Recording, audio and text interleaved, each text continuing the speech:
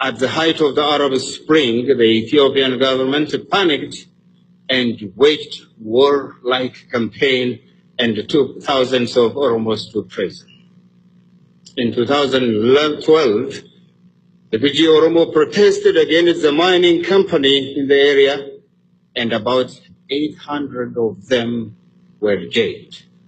In 2013, in Kofale, West RC, the people protested against the government's intervention in religious affairs, and several were killed.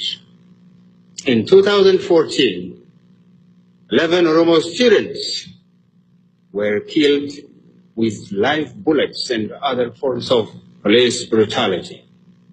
In all these killings, the perpetrators have never been brought to justice. These days, you can hardly find a single university where Oromo University students' blood does not shed. And the ritual is usually the month of May, the month in which the existing government came to power 24 years ago. In universities like Jimma, the regular army is permanently stationed in the campus, targeting Oromo students. In Mizan Tepi, the federal forces broke into Oromo students' dormitory and attacked them on several occasions. Wolaga University is notoriously known for inviting and opening its gates at leisure for those who attack students under its own guardianship. It's not uncommon for Oromo mothers to receive bodies of their sons and daughters from universities like Mekele, OROMIA, Metawalabu, and others as well. Sadly, the condition of Oromo University students is not any better in universities where the presidents are Oromos themselves. If there are dismissals from any university, there is no doubt about it, about their identity, they are Oromos. In every part of the country, speaking Afan Oromo is enough to render you labeled a terrorist or OLF member and send you to prison. So federal prisons are filled with Oromo prisoners.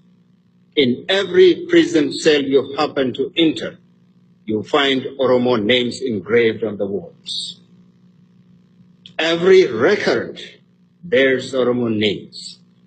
The guards shout Oromo names which they do not pronounce correctly in the middle of the night for investigation. An Oromo who goes to the investigation room and comes back conscious and without help is the luckiest person. The investigation begins with verbal abuses, demoralizing and dehumanizing languages, and soon shifts to inevitable torture. The type of torture used in Ethiopian prisons does not seem to have much in this modern world. Based on the evidences obtained by force, most Oromos receive sentences as high as life imprisonment or death.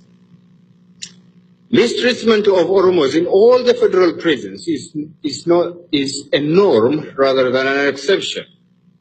Apartheid in all its grace is there. Books written in Oromo are not allowed.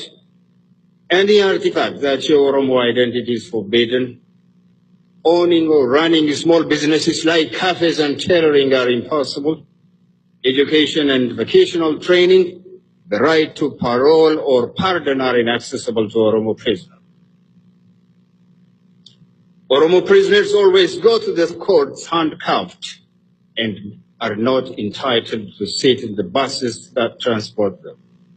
Their cases are heard in small inconvenient rooms where family members cannot attend. Medical attention is a rare luxury. Many Oromos died because of lack of appropriate treatment. Nimonat Lahun and Ahmed Nagash are two recent examples. The prison officials refused to hand over the body of Ahmed Najash or disclose where it rested. Dredi Nagasa and Alamayo Talasa died shortly after their release because of the injuries they sustained during the interrogation. The mysterious circumstances surrounding the death of the Spawn Jamada and amputation of both limbs of Kafalo Gana are still far from clear. In the last 3 years, the prison officials in Galiti and Kilinto systematically organized and executed all-out attack against Oromo.